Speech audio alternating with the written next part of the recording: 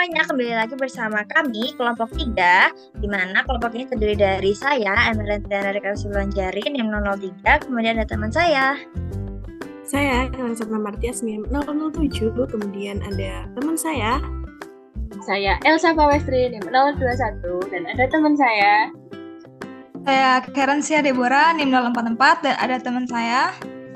Saya Simporosa Nuriaji Gabun, NIM 049.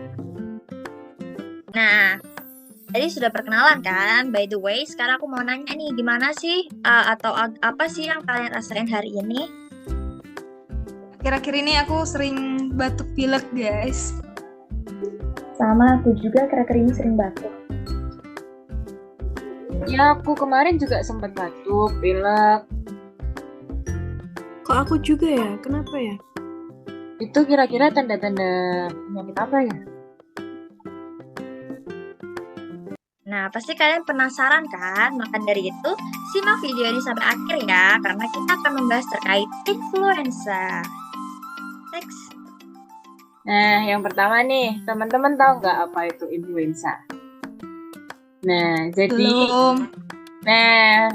jadi influenza adalah penyakit pernafasan menular yang disebabkan oleh virus. Nah, virus yang menyebabkan influenza ini adalah myxovirus. Nah, untuk tanda dan gejala influenza sendiri, kayak yang teman-teman tadi alamin, ada batuk, pilek.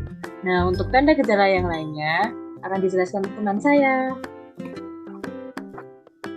Apa saja sih gejala dari influenza itu?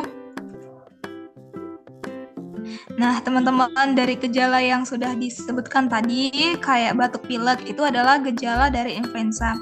Nah, tapi bukan hanya gejala influenza itu bukan hanya batuk dan pilek, tapi ada juga ya kayak demam, menggigil, sakit kepala, tidak enak badan, nyeri, diare, dan sakit tenggorokan. Next. Nah, orang yang paling beresiko terkena influenza serius itu adalah orang yang berusia 65 tahun ke atas. Kemudian orang yang dengan kondisi medis kronis seperti penyakit jantung, ginjal, hati, PPOK, dan diabetes. Kemudian pada wanita hamil serta anak kecil, terutama mereka yang lebih muda dari usia 2 tahun. Next. Nah, teman-teman, selanjutnya bagaimana sih cara penyebaran influenza itu? Influenza ini menyebar dengan mudah.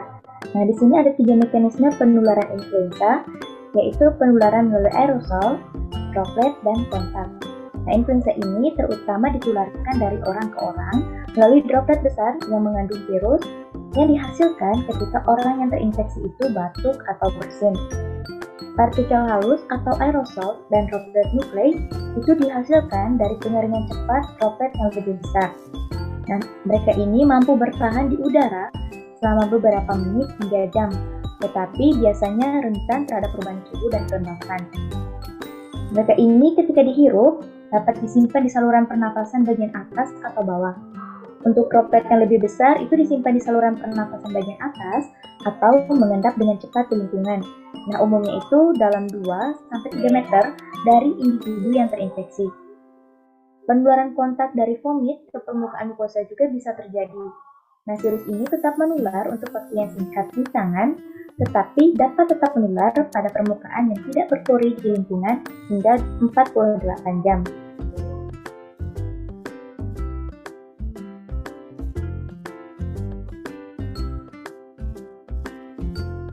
Nah, ada beberapa cara nih teman-teman untuk mencegah tertular virus influenza. Nah, cara itu ada beberapa, yaitu yang pertama dengan menjaga jarak atau menghindari kontak dengan pasien yang sedang terkena influenza. Kita harus menjaga jarak sekitar kurang lebih 1 meter untuk menghindari kontak dengan pasien itu. Kemudian kita juga harus menutup hidung dan mulut dengan menggunakan masker. Kemudian kita wajib untuk membersihkan tangan menggunakan hand sanitizer ataupun cuci tangan dengan rutin.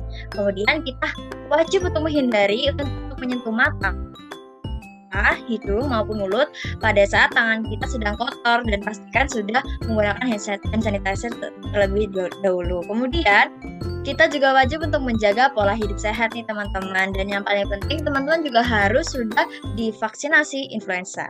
Next. Nah, untuk yang selanjutnya, ternyata influenza itu bisa menyebabkan adanya komplikasi, teman-teman. Nah, komplikasi yang dapat terjadi dari influenza itu ada pneumonia, dehidrasi atau kekurangan cairan, dan juga dapat menyebabkan memburuknya kondisi medis jangka panjang seperti penyakit paru-paru, jantung, asma, dan diabetes. Nah, kemudian ada tindakan yang dapat dilakukan saat seseorang itu terkena influenza. Untuk yang pertama yaitu terapi antivirus.